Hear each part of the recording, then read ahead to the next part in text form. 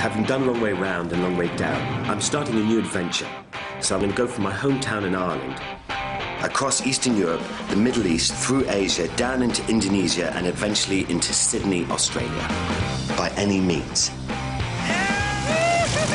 Using any transport that's appropriate to the country that we're travelling through, by land or sea, and only taking an aeroplane at the last resort. It's fantastic.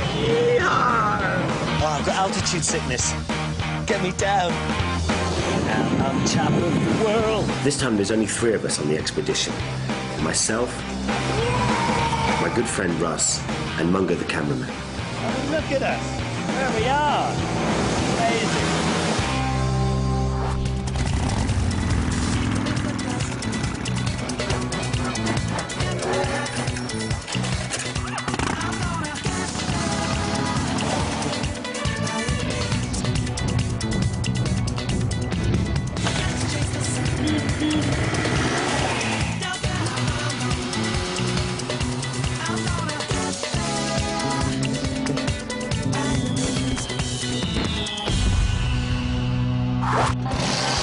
I love this tuk-tuk, it's just mad. Poor old Mungo has twisted his knee and he's got to go back to London for surgery. Riding elephants towards Kathmandu just sounds good, doesn't it? And my tooth is just killing me. I think my fillings come out. Makes the car faster. And that there is Kathmandu.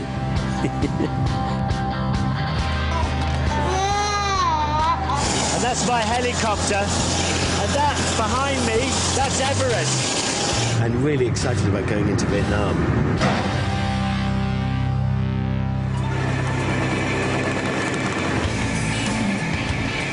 We're now in Vietnam. And it's quite nice to be on a motorbike again. These little motorbikes are very, very nice. We left the border on these bikes and had such a lovely ride all the way down into Hanoi.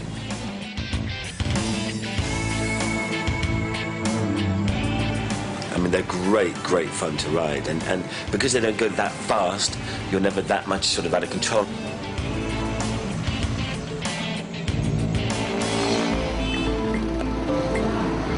But what's great about here is that there are just so many motorbikes. I mean, it's just mad. I'm just looking outside my hotel room now, and you can just see a hub of motorcycles. Look at that. Isn't that incredible? It just goes on and on and on and on. I'm really, really relieved to be here in Hanoi. It means I can go and see a dentist because the tooth that was fixed in China is broken. I can fit a massive hole there, which is not good. So we'll have to see what this dentist says. A bit nervous about my dentist.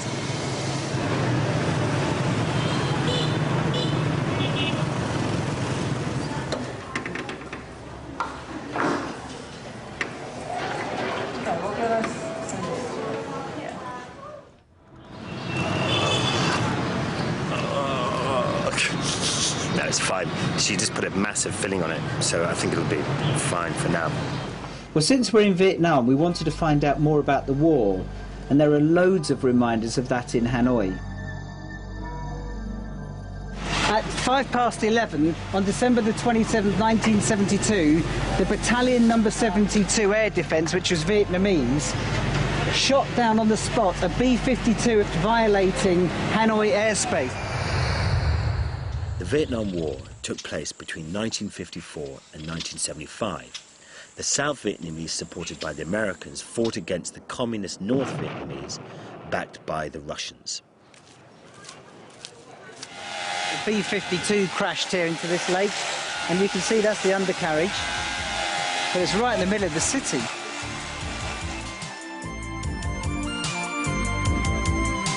We took a bus to How Long City, where we're going to get this traditional junk boat and go and see the beautiful How Long Bay.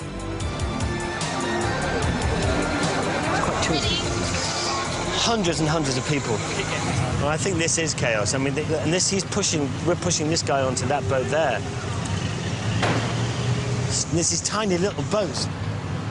This harbour is where all the junks start their tour trips and take people to Hanoi Bay.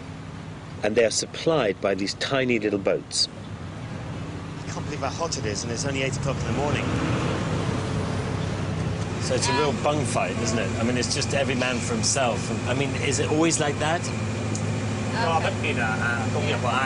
that is every day. Every day.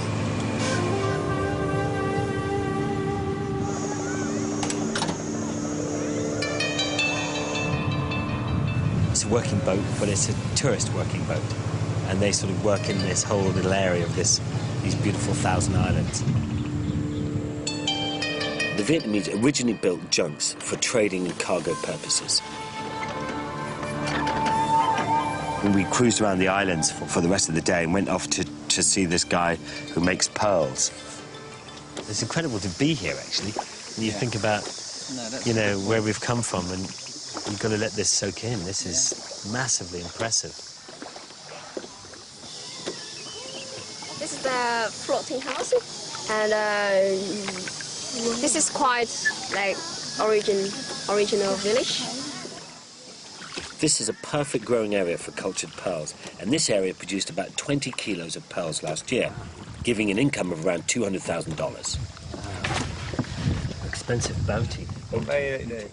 He showed me how to make pearls. A foreign object, like a grain of sand, is implanted into the oyster. This causes an irritation and eventually produces a pearl. And then how long does it take for the pearl to be to get to the right size? 2 years. And that's the finished product. Well, I'm going to buy one for each of my children and for my wife. What was nice is that we actually were there and we actually got them off the guy who actually makes them, and they're only $10 each. Then to get off those islands, we took a speedboat to get back to the mainland. We haven't actually done a speedboat on this trip, so we've been asking if anyone around here might have a speedboat that we can hire. So this little tiny boat turns up, and all of us have to get in it. Ourselves, the translator, this Vietnamese official, plus all of our bags in this tiny little boat. Okay, you want to grab that? We probably needed a bigger boat. It's 45 kilometres we've got to go. It's about 30 miles. All right, pile in, guys. Let's get out of here.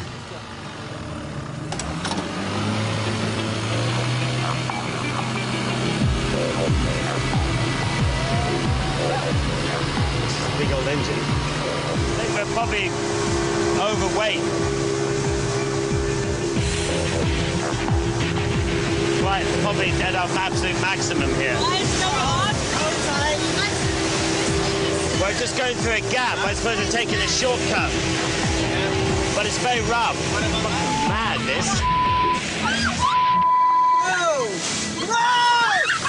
Oh, mate, this is not good. The engine's conked out. What the is he doing?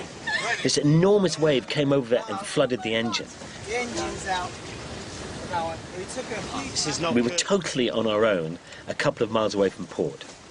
This is really serious. Not the back. I'm worried about the rocks. Oh, I know that, but you'll get the waves coming over the back of the boat in a minute. We shouldn't have gone through this little narrow canal. We are dead in the water. This is not good. Right, listen, guys, if we do go over, just make sure you've got your life jackets on, all right? Right, hold tight. The problem is that we're dead in the water, so we can't steer. He's coming, he's coming. I don't think he'd be coming this way for any other reason. Well, he's ignored us, that guy. Hold tight. Get out of this thing right here. Now if we had the power, we would get out. We're so overloaded before we even started. I don't think he should We have. need a tow. We should never have started this, ever. There's a big wave coming. Hold Yeah. tight. Whoa. Quite nervous now, actually. This is just nuts. They're going to crash into us now. Okay, we've got a tow. And luckily, a little traditional fishing boat came by and rescued us. I think we're through. I think we're safe. We're fine now. We're fine. Then the engine shut ever down. want to be in a position like that again. We got at least 2 people on board who can't swim. 30 seconds it went wrong. We were all going fine like this. He lost confidence, he backed off, the wave came over the top, killed the engine, and in 30 seconds we were in big trouble. Thank you very much. Oh, I've never felt so relieved in all my life. How did you feel, Anne? Not very good. Not very good? So I took my life jacket on in the middle of everything. Do you know what I did? You know what I did? I got my, I took my passport in my pocket, and I took the pearls. I was looking for a plastic bag to put the tapes in. I'm rarely scared of, you know, those kind of things, and I was definitely scared for those sort of 20 minutes that we were in peril. Well, this one looks a bit more hardcore, doesn't it? Yeah. Well, after the boat disaster got towed back to harbour, and then we went off and took a bigger boat back to the mainland, which is more as a passenger boat, public boat, which felt much safer. So we're getting on another boat. About an hour ago, an hour and a half ago, we were all about to die.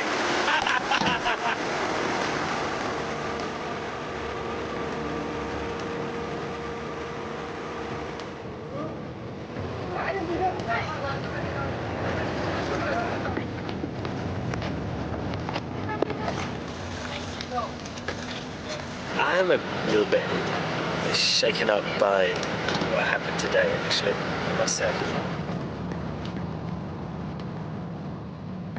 We're taking this bus to Nam Dinh, where we're going to catch the Reunification Express overnight to Dong Hao Town.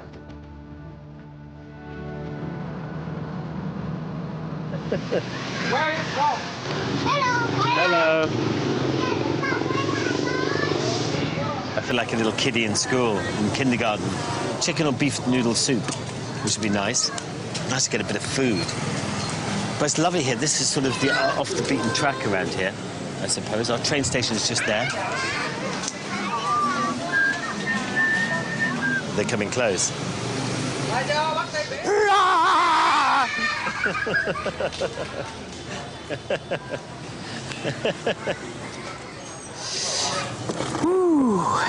So this is a beer hoy where the beer is brewed here and it only lasts a day and probably gives you a wild thumping headache as well if you have too much of it, I'm sure.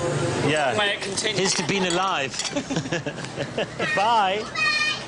Goodbye. Yeah, very nice beer. It does taste fresh. It's good. It's very light.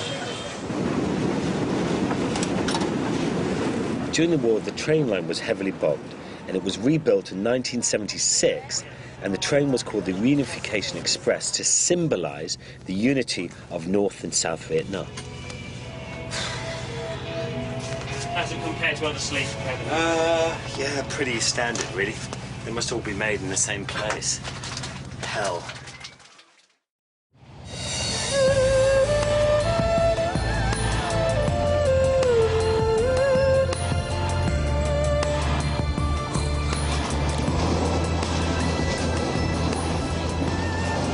Another day in paradise. When you sleep on a train, you kind of, it's a bit like jet lag, you know, you always feel a bit rough the next day. We're getting in about an hour. And then we pick up this old Jeep.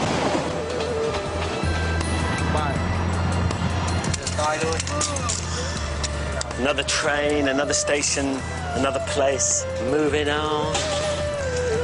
Moving on. Our Jeep should be waiting for us here. That'll be exciting. Oh, there it is. Wow. It is a beauty. Woohoo! Cargo net. Winch. Pull out only on entering water with deep water fording kit. What? Foreigner. International driving license don't count for nothing here. I can't drive? No. It's illegal. It's illegal in Vietnam. That's a blow. So gutted. No, foreigners are not allowed to drive vehicles in this country at all, ever, unless you get a special license. Can't believe I might not be able to drive it. That would just be part of the story. Let's That's really put a pin in my balloon. Nice way to travel, though. I feel like I need a really big gun. We're driving to Vinh Moc village in this American Jeep to see how the Vietnamese cope with the war. Vinh Moc village was situated right on the border of North and South Vietnam, and so was subjected to massive bombing by the Americans. And here you see their village from the Vinh Moc village before the war. Very peaceful. Yeah. And you see here their village after the war. There's nothing left. In 1966, to survive the bombing, the villagers built a series of tunnels up to 23 meters underground. There are 300 people live in this tunnel. 300? Yes. And the people live under the tunnel here for 6 years to live under the ground. 6 years? Yeah, from 1966 to 1972. Wow. They have one baby. So if they have two baby or three babies, they have a bigger space. Yeah. Bigger room. Crazy, huh? There's rooms just left and right constantly. Little rooms for people to live in. It's amazing. And Nice. here is the hospital. 17 babies were born. 17 babies were born down in here. tunnel. Wow. It's been very hot down here with a whole village breathing this air, that's for sure. And from here you see Oh, the well. The well, yeah. It is a fresh water. It's amazing. So they take that to drink water, cook, wash, everything. Yeah. And so it was all covered, was it here? The bullshit here cover the gate of the tunnel. So the enemy, they don't know the tunnel. And then they would come out here at night. Come out here at night. But they were clever. What they did was, at night time, they used to take the dirt out that they tunneled and take it out to sea and dump it so that the Americans could never find any fresh dirt. It's fascinating to think this existed and the Americans didn't know where it was. It was terrible for the locals Vietnamese. I mean, you know, what they had to endure while the war went on was incredible. Or everybody, both sides. And then, you know, both sides didn't really win, really. Bit of a stalemate. Basically, it's completely illegal to drive here, any vehicle for a foreigner, so he's been very kind enough to let us have a quick go. There's something about driving open-top Jeeps, isn't there? That's just so cool. We drove to Khe Sanh, where in 1968 the base was attacked by the Northern Vietnamese Army, the Viet Cong. And this was the base here. Did the Viet Cong attack Khe Sanh? Yeah, attack Khe Sanh. Were they successful? Yeah, they're successful. How long did the battle last? This battle lasts for 77 days and nights. 77 days and nights. So every day the US Marine here had to suffer. Horrible. Really horrible. 58,000 Americans and something like 300 and something thousand Vietnamese were killed and 3 million injured, 3 million innocent people injured and killed in the war as well. Every one Vietnamese person in the village that we saw where the tunnels went, there were 40 bombs dropped. Every one person. Living hell.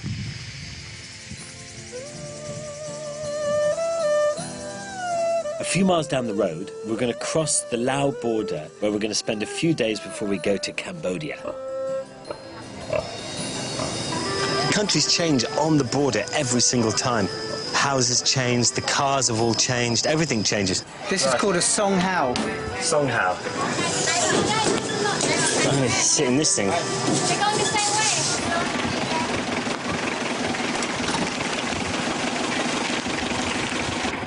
We'll have to get a bit of petrol first, or diesel, I should say. Interesting petrol station.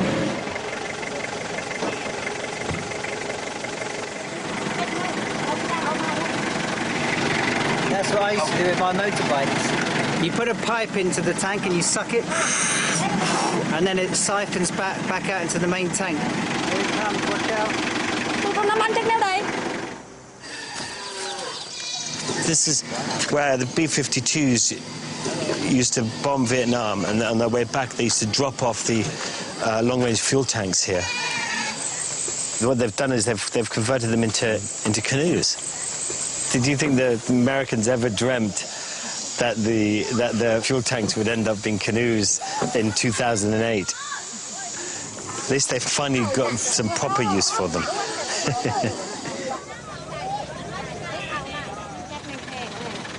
Look at that. Bugs, man. They look like big cockroaches. It's very neatly put on. I don't think I'd fancy eating that, I can tell you that. So what's happening now? Well, the driver's very kindly offered if I want to drive. Jesus. Can't get the gear. Oh.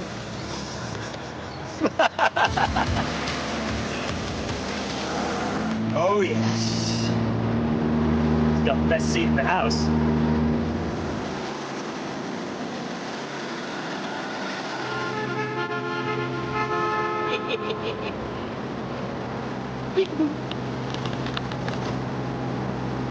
Shouldn't play that game when I'm driving, really, should I?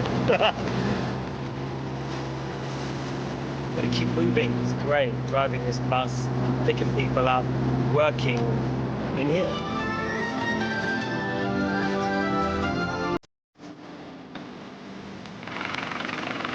Ask him how's my driving. I was scared when you were saying. Were they? Yeah. Oh no. It was difficult to find the gears, you know? How long has he been driving for? He's been driving this truck for 5 years now, but before that he was driving like a cargo truck, big one.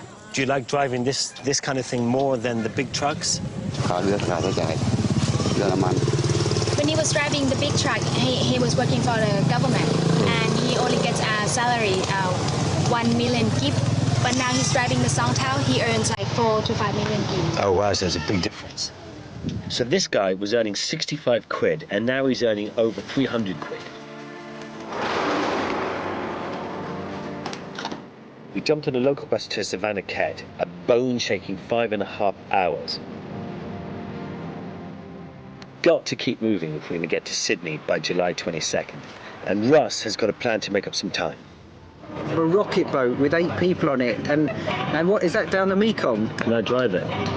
Big Ford engine, power, fast, speed, petrol. Ugh. Awesome. Are you riding with us as well, Nick? Is this what you do? I feel a bit like Homer Simpson when he gets a donut. I mean, that's just every boy's dream, isn't it? Yeah.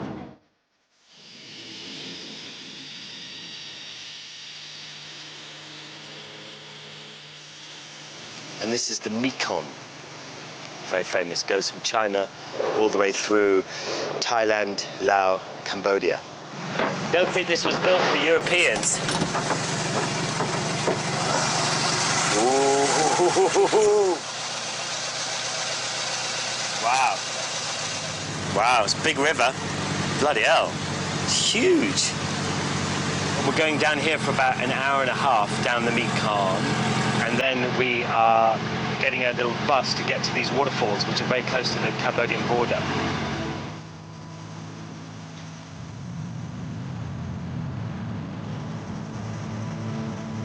Oh, I see the boats coming sideways, lashed onto 3 different boats. You see that? Wow.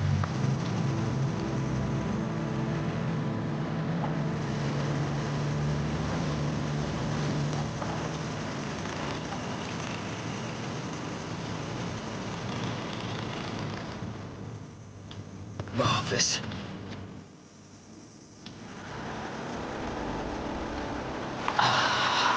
Another butt breaker. Off to see the waterfalls, and then on to the border.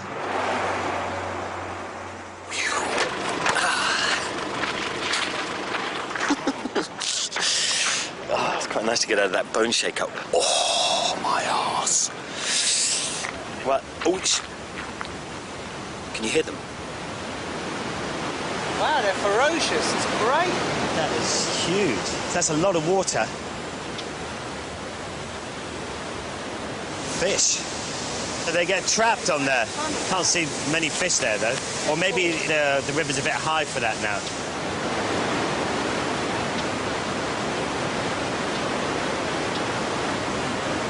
It's just beautiful. It's a lovely way to finish off being in Laos. Only got sort of 10 kilometers that way is the Cambodia border.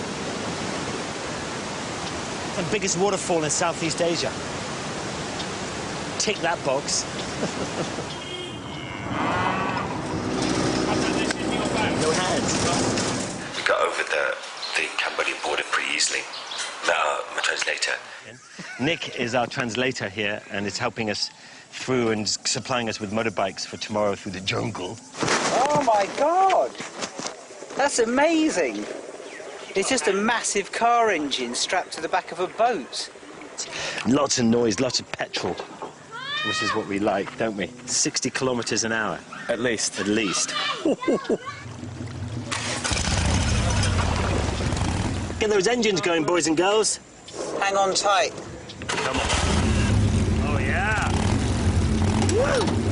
That sounds lovely. It's just ticking it. Yeehaw!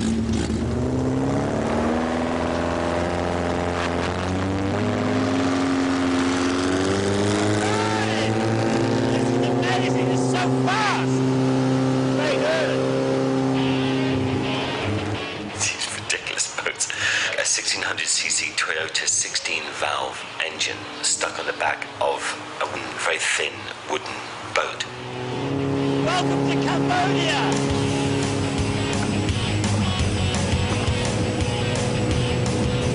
It's just so much fun. It was better than I ever thought it would be. It's just like flying along.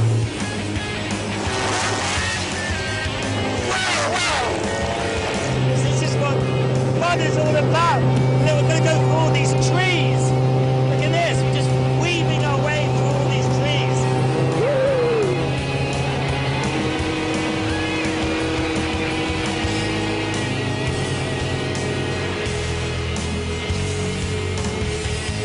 That was amazing, wasn't it? By any means, that was the best bit of transport we've ever done so far. It was absolutely monumental. So we spent about 2 hours on those boats flying. It was just mad fun.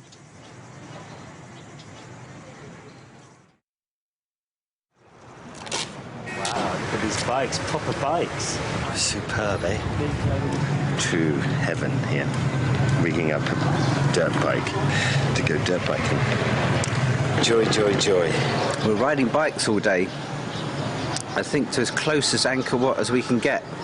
So it means doing about 200 miles or something like that. That should be fun. I mean, you know, it's not every day you get to ride a motorbike to Angkor Wat and a bit through the jungle, a bit of camping tonight. With a bit of luck.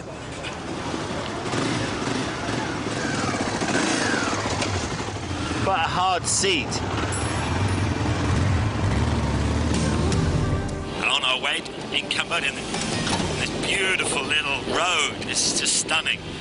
There's even just a slight coolness to the air, which is lovely.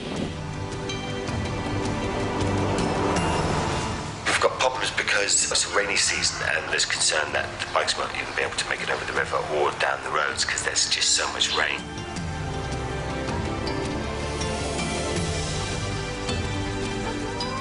Very, very, very beautiful around here. We're just heading now down towards the car ferry.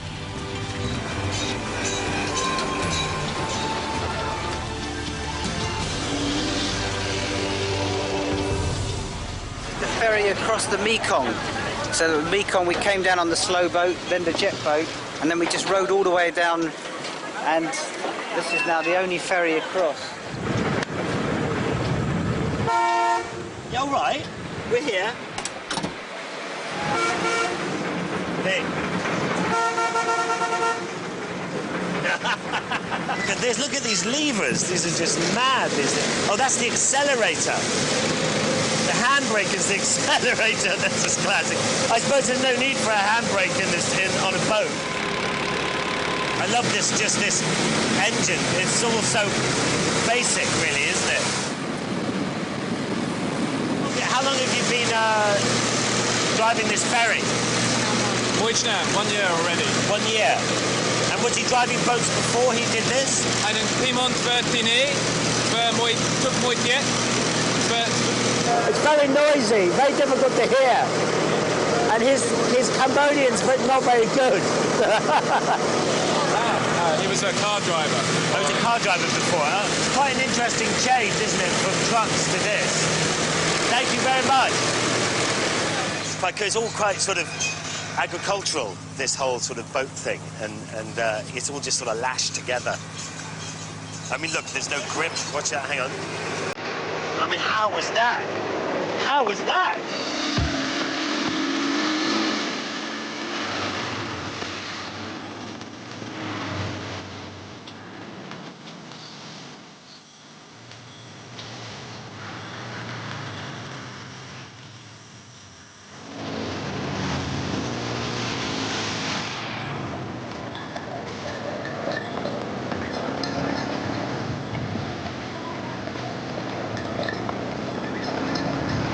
Look at that lovely oxen cart. People are just living very simple, very nice lives. You know, there's something to be said for this. Just came across this bridge and there's these fishermen down here with this bizarre contraption on their fishing boat.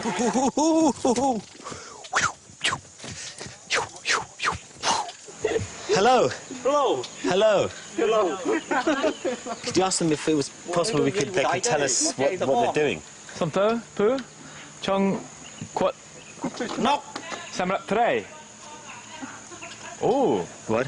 Yeah, it's like a floating fish trap to catching fish, like the fish equivalent of an oil rig. That is incredible. Look at that. And then it all gathers as it goes up, does it? Yeah. Wow.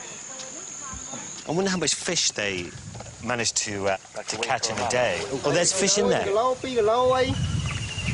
A couple of kilos. And how much do they get for it? 2 kilo, awi loy per man. 10,000 real for 1 kilo, which is $2.50. $2.50. This contraption. Do you know what the sort of average wage is here? I mean, it's almost subsistence. You could say that these, rice farmers, fishermen, are getting $1 each or 50 cents each, living off their catch. Jesus, that's not a lot of money. They're making 50, 60 cents a day. The bike ride did eventually turn into a mammoth, epic journey. Basically, we decided that we would basically cross practically the whole of Cambodia. And I think we were just all had bitten off a little bit too much. I mean, it was a great adventure, and we rode about 13 and a half hours.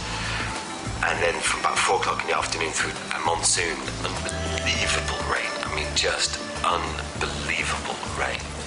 Luckily, we stopped just to have a quick cup of tea and stuff, and the heavens suddenly opened. Perfect timing.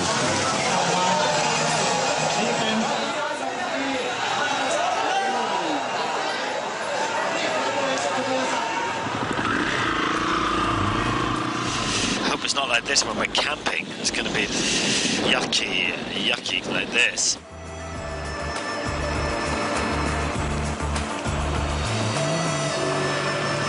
Bloody hell, mate. That was quite a journey. I mean, there was at one point, the rain was so bad that you just think, this is a joke. Well done, guys. 13 hours. That's 13 hours driving. This is what we were racing through the monsoon rainy season to get to. Charlie was saying this morning, I'm definitely going to camp. I didn't realise that you knew that this is what you were going to be getting. Wow, look at that. Oh my God, wow.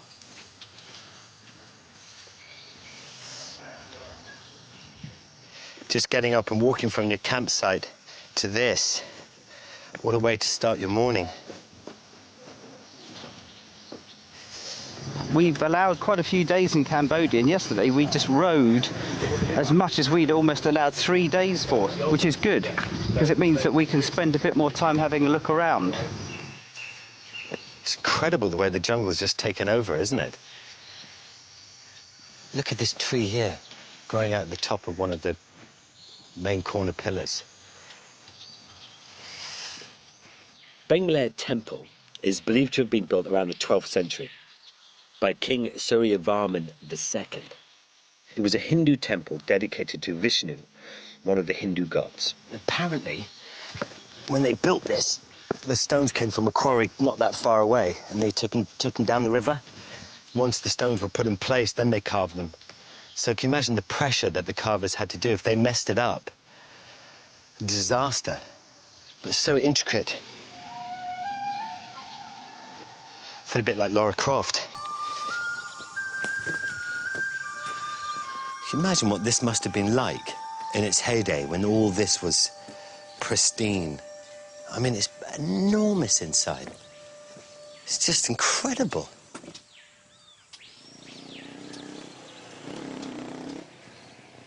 The name Angkor has come to represent a whole complex of temples, stone masonry and artwork throughout this area of northeastern Cambodia. And I really, really wanted to have a look around. With beggars. Loads of them. They all want a bit of money. The base is a yoni, female vagina, or the fertility symbol, and this is the linga, the male penis. And so this is a symbol of fertility, of union, of creation, basically. So you're purified. I'm ready.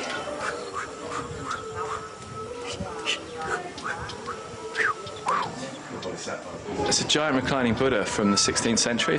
Cambodia used to be Hindu, came in from India, and then later the kings decided to adopt Buddhism around about 14th century. Hello, Charlie. My name's Charlie. What's your name? Charlie. Hello. Very nice to meet you. Oh, what are you doing?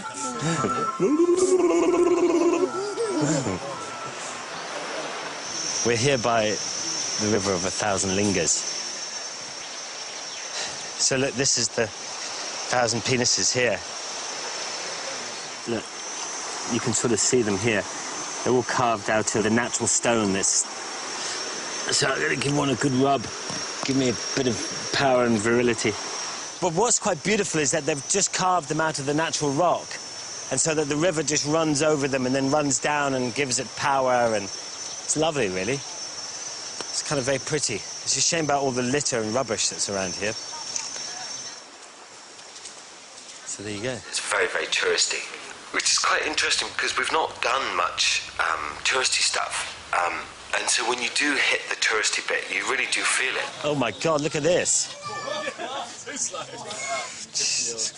Those are ivory tusks. Jesus, that's not right.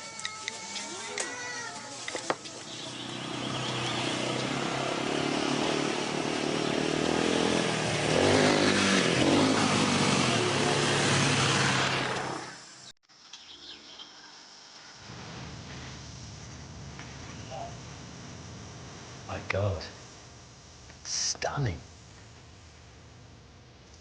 This is Angkor Wat, which was also built by King Charley Boorman II. How long did it take to build? It was never finished. It took about 35 years, from 1112 till 1150-ish. But it was the same period as Westminster Abbey. But they believe it took 6,000 elephants and 300,000 labourers to build. Wow, 300,000 labourers. Weird. It's funny how when you get these statues with breasts, they're always quite shiny. Everyone seems to think it's a bit of luck to rub the boobies. I've just been way too long. It's quite high, isn't it? Ooh. Oh, I see. The steps start to run out here, don't they? You know, they believed that the king, was sent down from the gods. And I suppose they built this to keep the public in awe of the king. Wow, look at that. Got to come down now. Once you go up, you've always got to come down. So wish me luck, guys. I feel a little bit, what's the word? Nervous.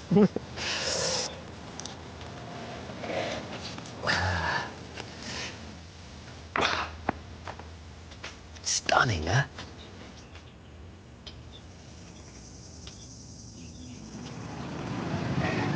I've completely fallen in love with Cambodia, and I think it's definitely one of the highlights of the trip so far. And people and fun, and it's just an amazing place. We're just going to go on this river here. All these villages apparently live in, and they've got schools, and hospital, church, all sorts of stuff is here, and people living everywhere. It's just a brilliant place, this. It's just full of people. It's a feeder for the Mekong, and when it really swells, that whole area actually takes all the flood water, and it goes to 5 times its own size. Huge place. And it's a whole city, as far as I can tell, that live here on all the different boats, and I tell you, this is really difficult to drive. I mean, really difficult. To try and come to terms with this little lawnmower engine and trying to find the accelerator, and it's a real off and on thing. You turn it on and it just goes. There's no sort of finesse about the whole thing. It's just go or not.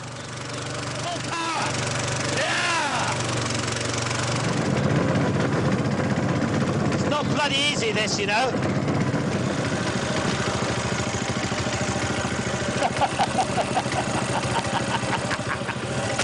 And that's the way you do it, man.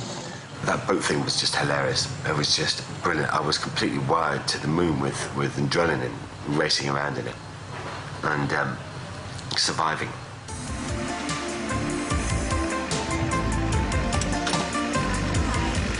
And then took off in this truck, which is called an elephant truck, which has got no sort of cab on the front. It's very basic. It's a little Isuzu engine, and it's got it's about 25 horsepower on it. But it's a lovely little thing. And this is Samuel here who owns it. He's very kind. He's let us drive this for a little bit. We are heading towards the Thai border now to get over to Bangkok tomorrow evening. So we're going to head up, do the bamboo train now. The station coming up? Yeah. What does that say up there? Is that station? Sisipon Station, yeah. Gar Sisipon. It's disgusting, isn't it? Sisipon is not a charming place that you'd want to go to in Cambodia. Hello. You can see why there's not much of a train system here, because this is the train station for the town. And these train tracks and stuff are just old, man. Really old. But it looks like a little bamboo-y thing here. It's just a little petrol engine that's attached to a fan belt. Didn't quite know what to expect, but I wasn't too sure if that was it. I think they're going to turn it around. It's called a bamboo train because the platform is made of bamboo, and it is a cheap form of local transport. Do you take people or do you take supplies? What do you normally take on that? They take wood, they take rice, they take cement, they take anything the locals need to take with them. How many of these are there working on this line? The only one left. The only one left. This is it.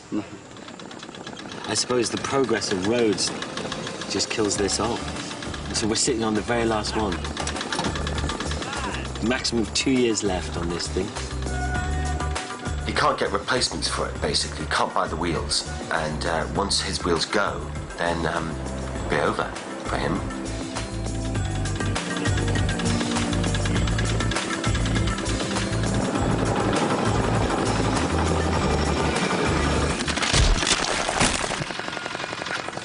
Just caught it.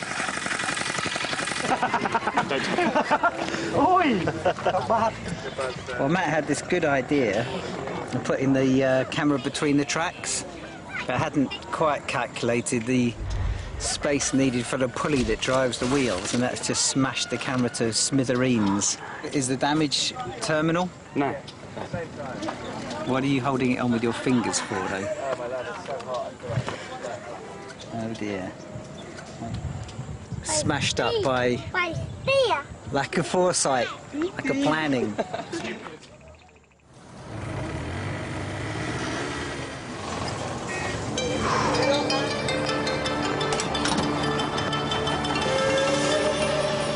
We're going to head down to Bangkok, about 4 hours away, and then sort of heading out towards Malaysia after that. So it's getting damn close to home. I can smell my wife almost from here. in a good way. We then caught this express bus for 3.5 hours to Bangkok. I'm quite shocked by Bangkok, actually. It is so cosmopolitan and full of concrete buildings. And I didn't expect it to be so unbelievably Western. Mungo is back today, and his flight should have landed by now. He should be through customs. Thank you. Dude! Here he is! Mungo, how are you? Good, brother, how are you? Very, very well. Nice to see you. Hurts the knee! Yeah, it's all right. Good enough. You right, you flying okay? Yeah, it's good. It's monsoon time and it's soaking wet. Jesus. Well, we're off to go do the Sky Train. I'm really excited because we're off to see the Thai boxing, and I thought, what better way of getting there than on a Sky Train? It was built in 1999 and is said to be the most safe and convenient way of getting around Bangkok. Love the way the water goes on it, right in the middle.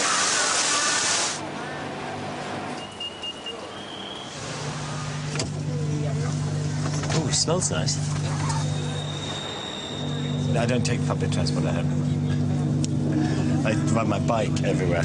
I tell you what, it's quite striking here is how incredibly modern it is. I mean, in Cambodia, which is only 4 hours drive from here, there's barely anything there. The roads are terrible. You know, they've got just the basic stuff. It's real subsistence farming. And here, 80, 90 feet above Bangkok in a Skytrack thing, it's chalk and cheese between the two countries. We're going to the kickboxing.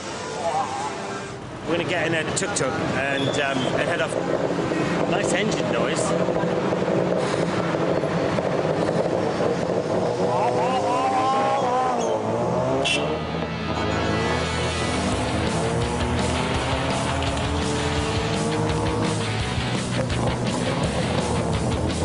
I love this little machine. It's so cool. It runs on LPG as well, which is good for the environment.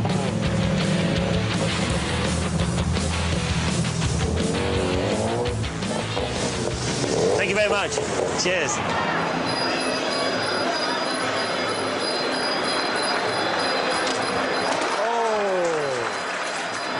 It's quite all the music. It's amazing, isn't it?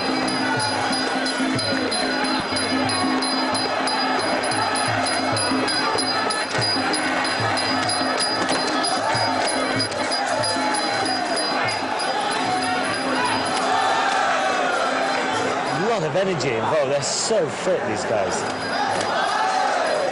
I've never seen that before. That's brutal fighting.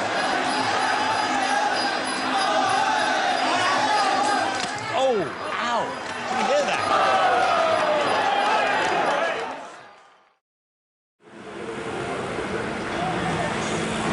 Well, we're off to the train station. Woo!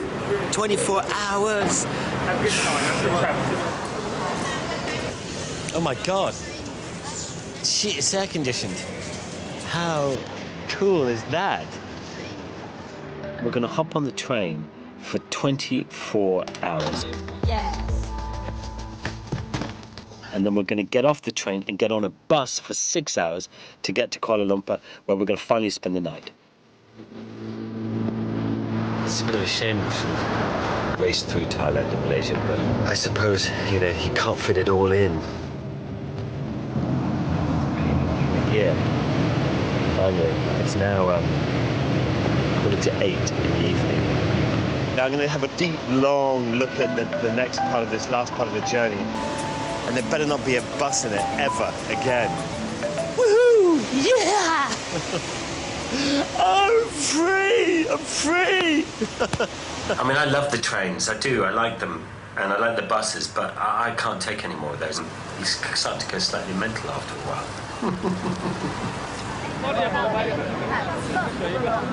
This is 458 meters high, both of them. And it's a kajillion gigawatts a minute. I don't know how many gigawatts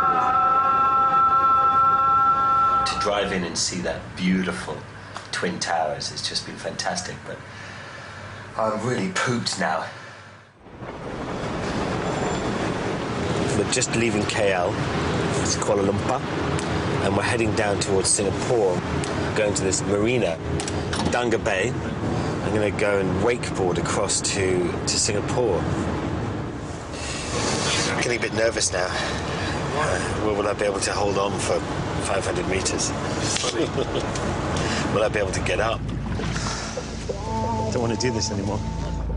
Wait. I'm nervous. Does my bum look big in these? Looks alright. Yeah. Can you see I pooped my pants already? When you're riding, your body should be in between both your feet, not over your back foot. Bend your front knee, your body shifts. Okay. So always, all your arms are doing is holding it down. Turn your hips, twist your hips. Push your hip to my finger. Yeah. So now you feel it. Where is it pulling? You feel it pulling on your hips, right? Yeah. Not on your shoulders. Keep your shoulders back and push your hip up. Hip bone to there. Yeah. Okay. And just remember that feel. Like this is what you want to be feeling.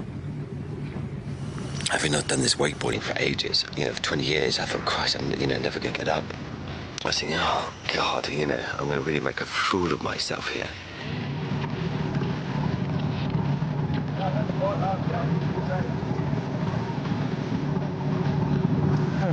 First time in 20 years?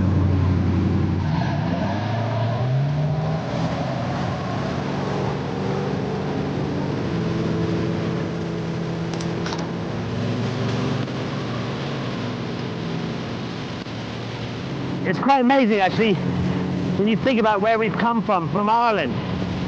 And I'm now wakeboarding across to Singapore.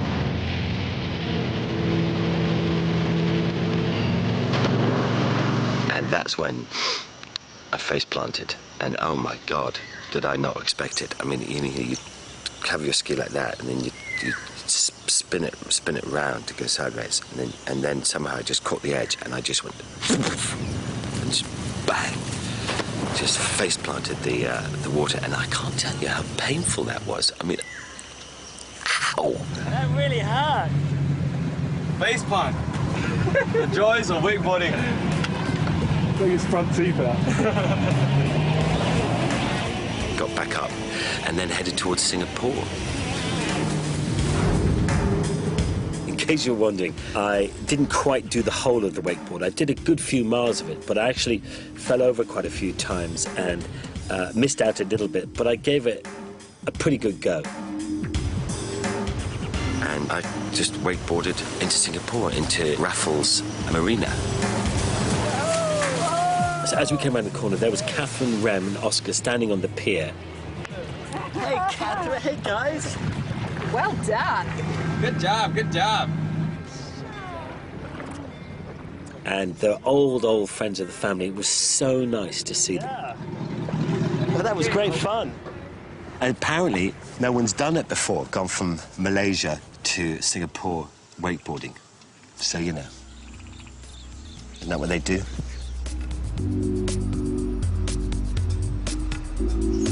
Rem took us all around town. It was lovely to get a nice sort of flavour of Singapore. It's incredibly modern and efficient, and the whole thing just works brilliantly. Everything you could possibly want there, really. I mean, it's a real sort of kind of Americanized. And then we headed back to Catherine's house, beautiful house. It's one of these old black and white houses. And funny enough, when Singapore gained its independence, all those houses were given back to the government, and they're still owned by the government, and so people can rent them. You've been in Singapore for 4 years now? Yep. It's a great base to do Asia from, both work-wise as well as leisure travel-wise. Once we got to know it and done some travelling. Now, I'd missed being at a home and having home-cooked food, and that was lovely. Needed that to sort of recharge our batteries. We're going to Indonesia, and we're heading for Borneo, where we're going to visit a UNICEF project. To get there, we're going to take a fast ferry to Bintan Island. Then we cross the island in a taxi, which happens to be an old 1971 Holden Kingswood, which is an Australian car. Just need a Foster's in my hand now, and that would be perfect, wouldn't it? Look at that. Hello! Then we hop onto a water taxi to Nicoll Island, where we're going to meet our boat to Borneo. It's amazing, coming from Singapore, how manicured and modern Singapore is, and then, you know, just a couple of hours later, you're in Indonesia and on these amazing tropical islands. It's a paradise island, isn't it?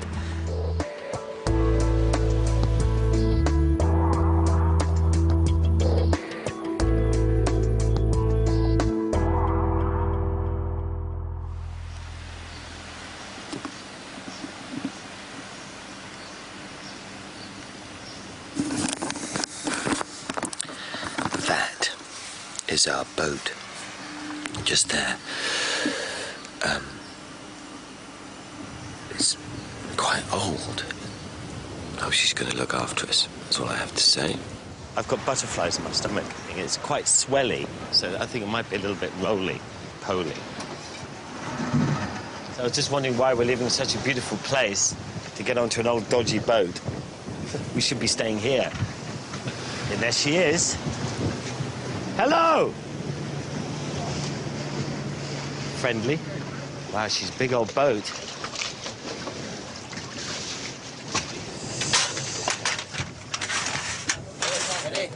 Here we go. Oh, that's an interesting concept. Oh. Before we go, we have to pray first. Okay. Kami ucap terima kasih kepadamu Tuhan, kami sambut teman-teman kami yang mau ke Pontianak. Dengan Engkau kami percaya kami akan pergi dengan selamat. That was nice. Makes me feel better.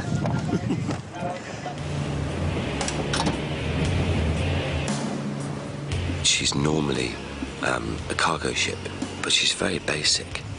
It's empty at the moment, so she's riding really high. Normally she sits much lower in the water, so it means she'll bob around a lot more. Big old waves. Small boat. And so what do you normally carry in the ship? Usually we bring cigarettes from Singapore to Malaysia, and then go back to here.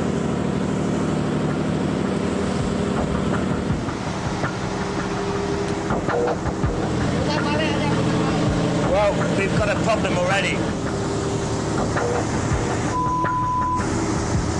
Oh my God! I mean, what is going on? We have not had luck with boats on this trip. This is not good. You can see the water coming in through the boat, you know, through the wooden slats. I mean, it's absolutely gushing in. It's coming in from everywhere.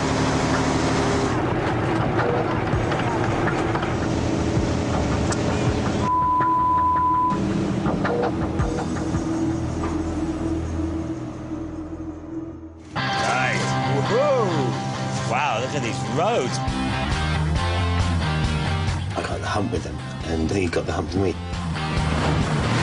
It's making me feel sick. It just feels awful. Oh, yes! Come on!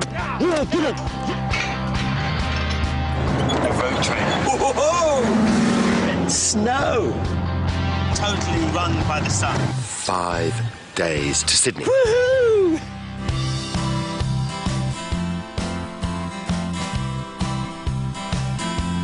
James May and his big ideas. Next on BBC Two, he's in the United States for a date with a $2 million bionic superwoman. And BBC Three is where you'll find the comedy. Announcing their engagement, it's happy days for Gavin and Stacey.